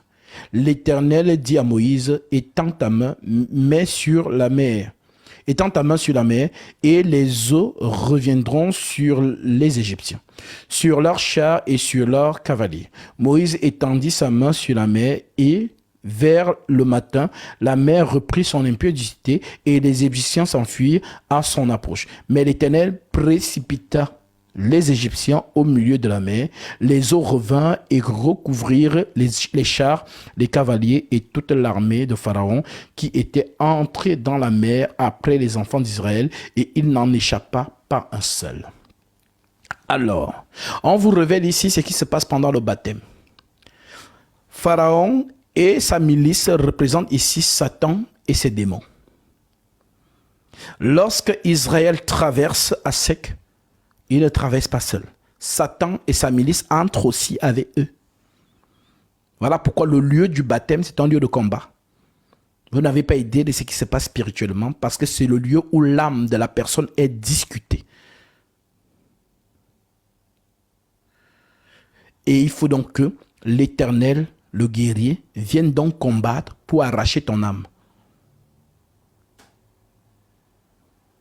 Voilà donc pourquoi, lorsque la personne est immergée dans l'eau, c'est pour que Pharaon et son armée soient maintenant engloutis dans les eaux. On ne rigole pas avec ça. Lorsque Paul interprète ça, il dit « Ils ont été baptisés en Moïse dans la nuit et dans la mer ». On ne baptise pas dans une baignoire. Vous vous moquez de qui? Ceux qui vous ont baptisé comme ça, franchement, c'est Satan qui ne veut pas que vous soyez sauvés, comme il fait baptiser tous les bébés catholiques. Quand tu regardes un enfant du Vatican ou un vieux, tu as été baptisé? Oui, quand j'étais bébé. C'est un faux baptême. Car l'Écriture dit, celui qui croira, un bébé ne croit pas. Alors Satan fait baptiser beaucoup de bébés, sachant qu'ils ne sont pas baptisés. Aucun apôtre n'a baptisé ainsi. Donnez en cette verset où un apôtre a baptisé un bébé. On baptise ceux qui ont entendu la parole, qui ont été touchés et qui ont cru. Voilà pourquoi Philippe dit à l'eunuque éthiopien, si tu crois de tout ton cœur, cela est possible, car celui-ci a demandé le baptême. Alors vous tous qui avez reçu des baptêmes dans les baptistères, les piscines, les seaux d'eau, vous êtes courageux, restez dans cet état. Et un jour, vous vous souviendrez de ce visage. Lorsque vous serez de l'autre côté. Comme vous êtes devenus fanatiques des hommes, au lieu d'être rigoureux avec l'écriture, je veux être baptisé comme Jésus a pris son baptême. Dans une source d'eau naturelle et sauvage, et au nom de la vérité. Et par les mains de l'envoyé. Car ce n'est pas n'importe qui baptise. C'est celui que Dieu a envoyé, qu'il baptise. Et le baptême est agréé. Si tu te fais baptiser par celui qui n'a pas été envoyé, ton baptême n'est pas un vrai baptême. Voilà pourquoi on a posé la question à Jean-Baptiste. Allons tous lire Jean chapitre 29. Jean chapitre 1, à partir du verset 19. Jean chapitre 1, verset 19. Voici le témoignage de Jean. Lorsque les Juifs envoyèrent de Jérusalem les sacrificateurs et les Lévites pour lui demander, toi qui es-tu? Il déclara, et ne le nia point, il déclara qu'il n'était pas le Christ. Ils lui dirent, quoi donc, es-tu Élie? Et il dit, je ne le suis point. Es-tu le prophète? Et il répondit, non. Il lui dit, alors qui es-tu? Afin que nous donnions une réponse à ceux qui nous ont envoyés. Que dis-tu de toi-même? Moïse dit, moi, dit-il, je suis la voix de celui qui crie dans le désert. Aplanissez le chemin du Seigneur, comme a dit Ésaïe le prophète. Ceux qui avaient été envoyés étaient les pharisiens. Ils lui firent encore cette question. Très bonne question inspirée. Pourquoi donc baptises-tu si tu n'es pas le Christ, si tu n'es pas Élie, si tu n'es pas le prophète? Donc, le Christ, Élie, le prophète, c'est quoi? C'est la même personne. Donc, c'est l'envoyé qui baptise. Voilà pourquoi Jésus, lorsqu'il l'envoie, il te mandate, il te donne l'autorité de baptiser. Ceux à qui vous pardonnerez les péchés, ils leur seront pardonnés. Ceux à qui vous les retiendrez, ils leur seront retenus. Et on pardonne les péchés comment? En prêchant la parole. L'âme est touchée. Et elle vient prendre son baptême au nom de Jésus-Christ pour le pardon des péchés. Voilà donc pourquoi, mes frères et sœurs, laisse que les femmes vous disent, oh, Marie de Magdala allait prêcher les apôtres. Est-ce qu'elle les a baptisés? Non, parce qu'elle n'a jamais reçu de mandat. Elle a reçu une information d'aller dire aux ouvriers de Christ de leur rejoindre en Galilée. C'est une information. Ça n'a rien à voir avec l'évangélisation, comme tout ce qu'ils sont souvent en train de dire. Lorsque Jésus mandate, il donne l'autorité. Voilà pourquoi dans Matthieu 28, les 11 là, il leur dit, parce que le jour qu'ils montaient au ciel, ils étaient seulement 11. Allez et faites de toutes les nations des disciples, les baptisant. Voilà le mandat. Au nom du Père, du Fils et du Saint-Esprit, et enseignez-leur à observer tout ce que je vous ai prescrit, et voici, je suis avec vous tous les jours jusqu'à la fin du monde. Lorsque le Saint-Esprit vient, parce que Jésus nous a dit, il vous conduira dans toute la vérité, lorsqu'il vient, sa première des choses, c'est de révéler le nom du Père. Voilà pourquoi ce jour-là, Pierre dit donc, repentez-vous et que chacun de vous soit baptisé au nom de Jésus-Christ. Pierre ne répète pas Père, Fils, Saint-Esprit. Mais il a la révélation du Père, Jésus-Christ. Voilà pourquoi c'est le nom qui sauve, conformément à Actes chapitre 11, Actes chapitre 4, verset 11. L'Écriture dit, Jésus est la pierre rejetée par vous qui bâtissez et qui est devenue la principale de l'angle. Il n'y a de salut en aucun autre, car il n'y a sous le ciel aucun autre nom qui était donné parmi les hommes par lequel nous devions être sauvés. Voilà pourquoi lorsque nous vous introduisons dans l'eau, nous prononçons le nom qui sauve, Jésus-Christ. Maintenant, vous, que Satan veut perdre l'humanité, il envoie ses agents, ses ministres qui prêchent le mensonge et qui vous baptisent dans le mensonge. Oh bien-aimés, les âmes se perdent. L'écriture doit s'accomplir. Large est la porte, spacieux le chemin qui mène à la perdition. Il y en a beaucoup qui rentrent par là. Mais étroite est la porte, resserré le chemin qui mène à la vie. Il y en a peu qui le trouvent. Que Dieu vous fasse grâce. Voilà donc pourquoi, mon frère, aucun apôtre n'a baptisé dans une source captive, dans une piscine, dans un seau d'eau ou en versant 3 gobelets d'eau, où j'ai même vu une vidéo qui circule, une femme qui verse de l'huile d'olive sur la piscine gonflable. Je pense que vous avez dû voir ça sur TikTok. On gonfle la piscine gonflable, on met de l'eau, après elle verse l'huile. Ouais, voilà, après elle commence à baptiser. Tu baptises quelqu'un, la personne n'est même pas totalement immergée. Franchement, vous jouez avec les choses de Dieu. En tout cas, ceux qui doivent se perdre, se perdront. Mais ceux qui doivent hériter le salut ne pourront jamais se perdre. Car l'Écriture dit vrai. Ésaïe chapitre 8, Ésaïe chapitre 35, verset 8. L'Écriture dit, Ésaïe 35, 8, l'Écriture dit, il y aura là un chemin frayé, une route qu'on appellera la voie sainte. Nul impur n'y passera. Elle sera pour eux seuls. Ceux qui la suivront, même les insensés, ne pourront s'égarer. Que le Seigneur bénisse sa parole. Alors, je vous le dis encore. Je suis l'envoyé du Seigneur Jésus-Christ en cette génération pour vous proclamer la parole de la vérité. C'est la trompette qui rassemble les élus de Dieu avant le grand jour. Le jour est imminent, le jour approche. L'histoire se répète. Alors, si le Seigneur vous parle, nous sommes disponibles pour vous accorder le baptême conformément à la saine doctrine. Nous baptisons sur Paris et partout dans le monde pour ceux qui ont les moyens et les capacités de nous déplacer pour venir jusqu'à eux. Nous l'avons fait pour plusieurs Et ceux qui peuvent venir sur Paris, venez. Nous allons vous baptiser. Celui qui a vu une perle de grande valeur, on dit qu'il vend tout ce qu'il a pour acheter cette perle. Alors, si tu as vu la perle de grande valeur, précipite-toi. Le temps est compté. Que le Seigneur vous fasse grâce.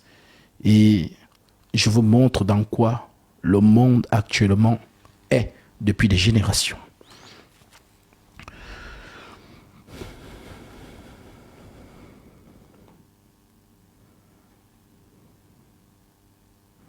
Voilà.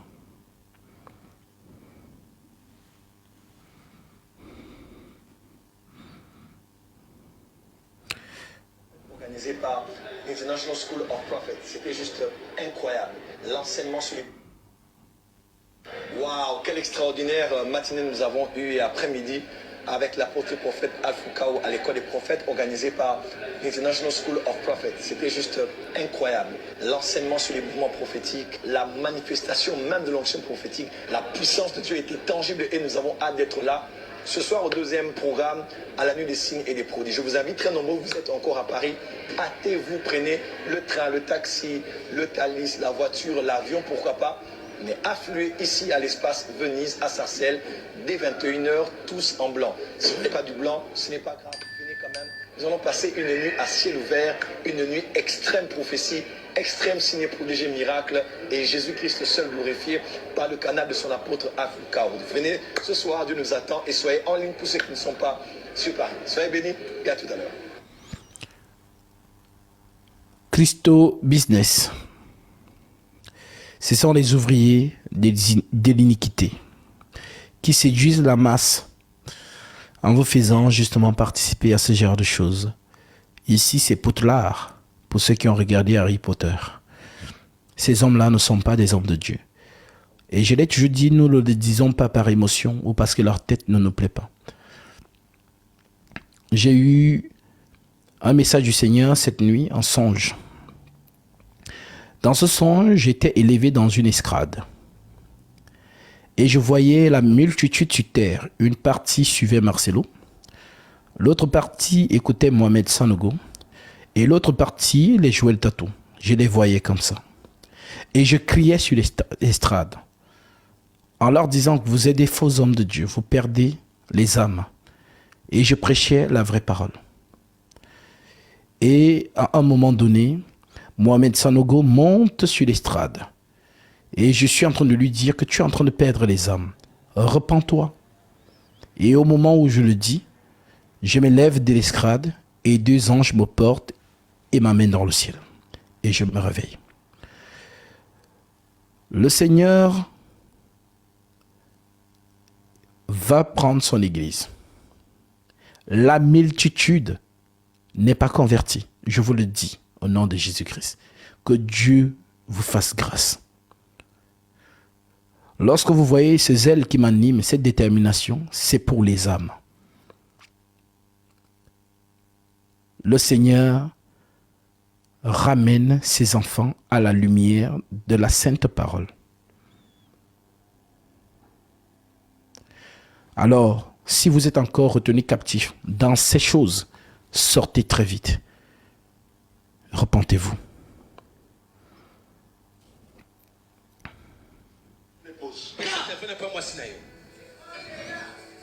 Voyant illimitable. Come on. L'encyclopédie prophétique. Tu peux ouvrir son téléphone. Non, papa, laisse ta femme. Est-ce que tu peux ouvrir son téléphone? Réponds. Je ne peux pas, je ne touche même pas. Pourquoi? Je refuse. Qu'est-ce qui... Tu ne peux pas ouvrir, pourquoi? Qu'est-ce qu'il y a? Il y a le code. Aujourd'hui, je vais te donner le code de ton mari, tu vas ouvrir son téléphone. Okay. Elle a la place du code? Oui, papa. Ok, écris 10. Comment 10? Écris 1957. Comment 1957? 1957. 1957. Yeah!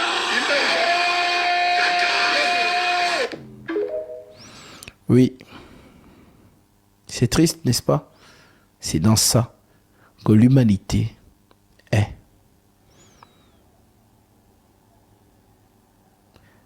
La vérité n'est pas proclamée. Mais c'est la démonstration de la magie pour fidéliser ceux qui les suivent. Souvenez-vous toujours de Simon le magicien.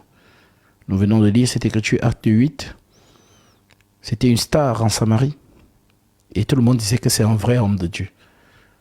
Pourtant, ce n'était pas un homme de Dieu. Alors, Salomon a dit, il n'y a rien de nouveau sous le soleil. Ce qui a été, c'est ce qui est, c'est ce qui sera. Beaucoup sont des magiciens, des astrologues, des devins qui ont pris le titre d'homme de Dieu. Et la masse suive par ces choses que vous voyez là. Vous voyez que la salle est en effervescence. Le nom de Christ n'est pas prêché, mais c'est du théâtre et du cinéma. Un peu comme les gens qui payent le spectacle pour aller voir un magicien qui fait des tours de magie. Ici à Paris, il y a ça partout ici. Tu payes ton ticket, tu vas, tu assistes, et le magicien fait ses tours de magie. La salle est en effervescence, la salle crie. Maintenant, si le même magicien porte son costume et vous dit qu'il est prophète des nations, imaginez, honnêtement, Mesmer qui passe tout le temps ici à la télé TF1, pour ceux qui sont en France. Vous voyez ce que Mesmer fait? Imaginez-vous quand Mesmer prend, c'est-à-dire se met dans un étoffe et il donne ce don, il dit qu'il est prophète des nations. Mais lui, c'est dans les stades qu'il va prêcher. Comme les gens sont à l'affût de la démonstration de la magie. Mes frères, vous qui êtes convertis, priez vraiment pour nos frères et sœurs qui sont encore retenus captifs dans les fausses doctrines.